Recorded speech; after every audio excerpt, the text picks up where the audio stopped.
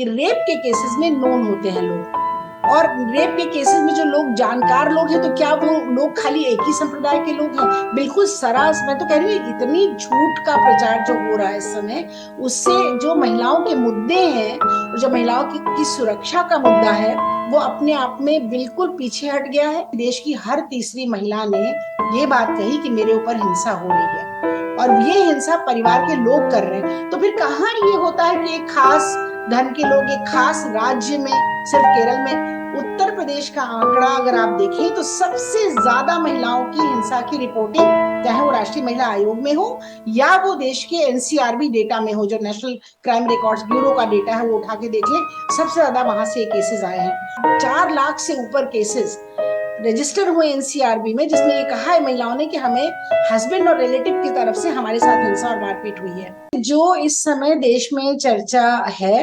वो एक तरह से महिलाओं पर हो रहे अत्याचार, हिंसा, और खास तौर से घर की चारदीवारी के बीच में हो रही हिंसा, समाज में हो रही हिंसा, सड़कों पर हो रही हिंसा, और तमाम महिलाएं इस तरह की जो दुर्व्यवहार को झेल रही हैं, उनकी मूल समस्या से इस बात को भटकाया जा रहा है। उसका कारण यह है कि अगर आप सिर्फ 2022 का डेटा, और सिर्फ राष्ट्रीय महिला आयोग ने जो कि स्वयं स्वीकार किया है, उस डेटा को आप देखें तो 6,900 केसेस सिर्फ 2022 में घरेलू हिंसा के और उनके पास आए, और उसमें सबसे ज्यादा केस इस बात के लिए आए कि उनको, महिलाओं को, उनकी अस्मिता के साथ जीने का हक नहीं दिया जा रहा है, उनके साथ मारपीट हो रही है लगातार।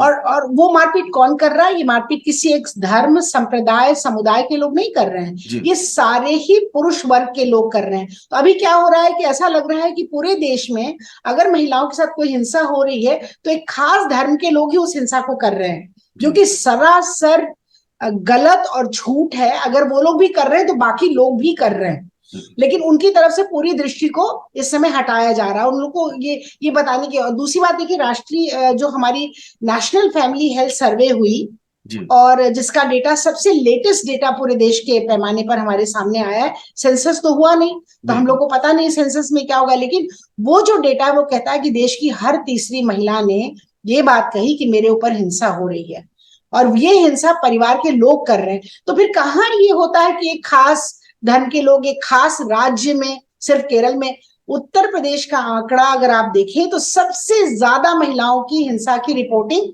चाहे वो राष्ट्रीय महिला आयोग में हो या वो देश के एनसीआरबी डेटा में हो, जो नेशनल क्राइम रिकॉर्ड्स ब्यूरो का डेटा है, वो उठा के देख लें, सबसे ज्यादा वहां से केसेस आए हैं। तो वहां क्या एक ही खास तरह के लोग ये केसेस कर रहे हैं, या क्या ये केसेस केरल में ही हो रहे हैं? क्या एक ही धर्म के लोग लड़कियों के साथ अत्याचार करें? ऐसा नहीं है।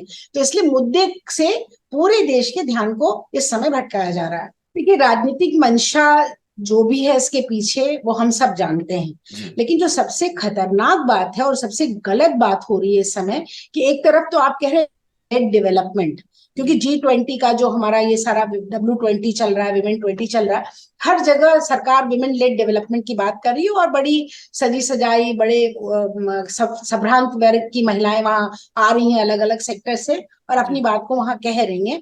वो भी कहीं अभी इस छोटे शहर गांव में कहीं ये सब बातें नहीं पहुंची हैं। दूसरी तरफ क्या हो रहा है, विमेन लेड डेवलपमेंट के नाम पर दुनिया को हम ये बताना चाहते हैं कि यहाँ तो सब कुछ महिलाओं के साथ अच्छा है, और दूसरी तरफ क्या हो रहा है, लगातार महिलाओं पर हिंसा बढ़ रही है, लगातार महिलाओं रोजगार से क्षेत्र से बाहर जा रही हैं, चाहे वो वर्क पार्टिसिपेशन रेट हो औरतों का, लगातार वो गिर रहा है, उसमें कोई, ये बात तो सरकारी डेटा को ही लेकर मैं आपके सामने रख रही हूँ। तीसरी बात क्या है कि जो कोविड के बाद महिलाओं के स्वास्थ्य की समस्याएं सामने आई, उसमें कहीं कोई अभी सुधार नहीं हुआ। हम लोग तो, और तमाम बच्चियां स्कूल से ड्रॉप आउट हुई थी। हरियाणा में हम लोगों ने ये काम भी किया, जिनमें कि हम लोगों ने बच्चे को वजीफा दिया कि वो वापस स्कूल में जाए। तो ये सब चीजों की तरफ कोई ध्यान नहीं है। ध्यान सिर्फ इस बात पर है कि नहीं, इस समय सिर्फ एक संप्रदाय के लोग हैं जो कि महिलाओं पर हिंसा कर रहे हैं, और बाकी सारे पुरुष और सारे परिवारों में महिलाएं बहुत सुरक्षित हैं। ये बिल्कुल सच नहीं है, और इससे क्या हो रहा है, महिलाओं की दुर्गति बढ़ रही है और कोई उसकी तरफ ध्यान नहीं दे रहा, वो एजेंडा ही नहीं है। जी जी वो इस समय हमारे देश का एजेंडा ही नहीं रह गया। जबकि और देखिए, जो कानून हम लोगों ने घरेलू हिंसा से रोकने का कानून, sexual harassment at work place का कानून, उसके अलावा जो हम लोगों ने रेप के कानून में जी परिवर्तन करवाया, इतनी सब कुछ जो देश के अंदर महिला आंदोलन के संघर्ष के बाद हुआ, उसका आज कोई नतीजा हमें दिखाई नहीं पड़ रहा है। जी महिलाएं सेक्सुअल हैरेसमेंट का केस लेकर के पिछले कितने दिन से बैठी हुई हैं जंतर मंतर पर, और उनके साथ पुलिस वाले भी जाके बदसलूकी कर रहे हैं। उसी तरह से 4 लाख से ऊपर केसेस रजिस्टर हुए एनसीआरबी में, जिसमें ये कहा है महिलाओं ने कि हमें हस्बैंड और रिलेटिव की तरफ से हमारे साथ हिंसा और मारपीट हुई है। दहेज हत्याएं नहीं रुकी हैं। जी और उसके अलावा जो सबसे गंभीर बात है कि हर चीज में औरत को ही कल्प्रिट बताया जाता है। जो विमेन को ब्लेम करते हैं ना, ये मानसिकता, चाहे पुलिस हो, चाहे कोर्ट हो, कोर्ट कचहरी हो, न्याय नहीं मिल रहा है, क्योंकि कहते हैं कि तुम ही जिम्मेदार हो, जो तुम्हारे साथ हो रहा है आज तुम ही उसके लिए जिम्मेदार हो। देखिए, जो आंकड़े बताते हैं, और जी जो आंकड़े बताते हैं उसी को हम सच मानते हैं। बिल्कुल और आंकड़े जो बताते हैं उसमें 3-4 राज्य ऐसे हैं जिसमें कि मध्य प्रदेश, उत्तर प्रदेश, उसमें महाराष्ट्र, जी उसी तरह से कहीं कहीं ये भी देखने में आता है कि हरियाणा और पंजाब, यहाँ से महिलाओं पर हो रही हिंसा के केसेस ज्यादा रिपोर्ट हुए हैं। जी और इसका मतलब ये हुआ कि इन इन जगहों पर, अब आप ये तो नहीं कहेंगे ना कि अगर 6,000, जो मैंने आपको आंकड़ा शुरू शुरू बताया, हम्म 900 केसेस महिला आयोग में गए, तो जी सारे महिलाएं मुस्लिम संप्रदाय हम्म के खिलाफ गई, कि जी मर्दों के खिलाफ गई, या देश हम्म की मर्दों के खिलाफ गई। ठीक तो ये जो जेंडर का जो पूरा हमारी जो समझ, महिलाओं पर हो रहे अत्याचार की जो हमारी समझ है, उसको धीरे धीरे धीरे करके ऐसे बता रहे हैं जैसे लग रहा है कि देश में अगर कोई अत्याचारी है महिलाओं पर, या अगर कोई महिलाओं पर हिंसा कर रहा है, तो वो सिर्फ एक मुसलमान है।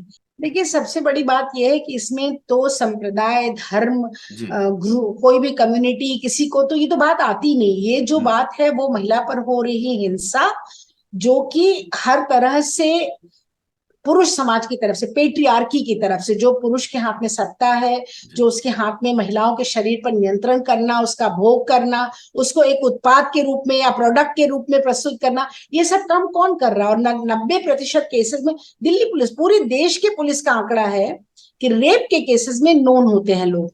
और रेप के केसेस में जो लोग जानकार लोग हैं, तो क्या वो लोग खाली एक ही संप्रदाय के लोग हैं? बिल्कुल सरास, मैं तो कह रही हूँ, इतनी झूठ का प्रचार जो हो रहा है इस समय, उससे जो महिलाओं के मुद्दे हैं और जो महिलाओं की सुरक्षा का मुद्दा है, वो अपने आप में बिल्कुल पीछे हट गया है।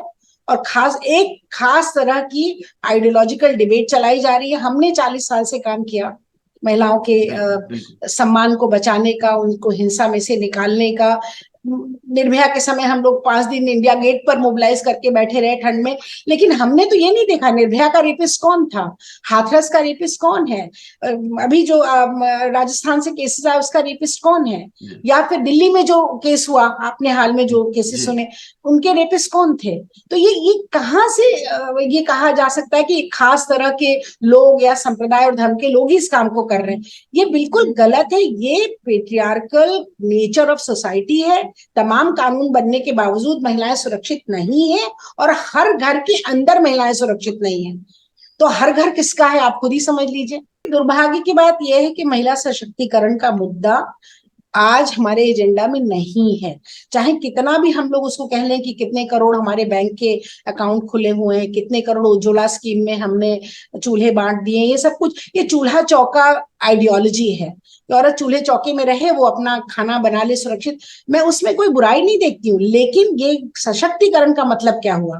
कितनी महिलाएं आज नेतृत्व में हैं, चाहे वो पार्लियामेंट में हो, चाहे स्टेट असेंबलीज में हो? कितनी महिलाएं आज पॉलिसी मेकिंग में? आप तमाम तरह के डिस्कशन डिस्कोर्स देख रहे हैं, देश के अंदर कितनी महिलाएं सामने आती, कितनी महिलाएं जो आज सशक्त हैं जी और आज इस सरकार में मंत्री बन के बैठी हुई हैं या और जगहों पर हैं, क्या वो महिलाओं पर हो रहे अत्याचार पर मुंह खोलती हैं? क्या उनके अंदर हिम्मत है कि वो कह दें? इसका मतलब है उनका जो प्रेजेंस है वो ऑर्नामेंटल है, मतलब है कि सजावट के लिए रखा गया कि भैया हमारे पास औरतें भी हैं और सशक्तिकरण की हम बात भी कर रहे हैं। लेकिन ये गलत है। ये बिल्कुल इस तरह की नीति से हम अपनी महिलाओं को, जो इतना संघर्ष के बाद धीरे धीरे इंक्रीमेंटल चेंज हो रहा था, उसमें हम पूरी तरह से उनको पीछे ढकेल रहे हैं। और ऐसा लगता है कि कोई और एजेंडा ही नहीं है। मैंने आपसे जैसा कहा, एम्प्लॉयमेंट का एजेंडा है, एजुकेशन का एजेंडा है, हेल्थ का एजेंडा है, महिला पर हो रही बढ़ रही हिंसा का एजेंडा है, पर उन मुद्दों पर कहीं कोई बातचीत नहीं हो रही है। तो जो लोग भी इस काम को कर रहे हैं वो महिलाओं के हित को नुकसान पहुंचा रहे हैं।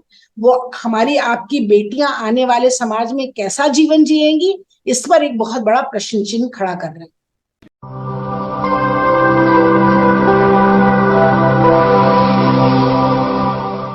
जन ज्वार जनता की मीडिया।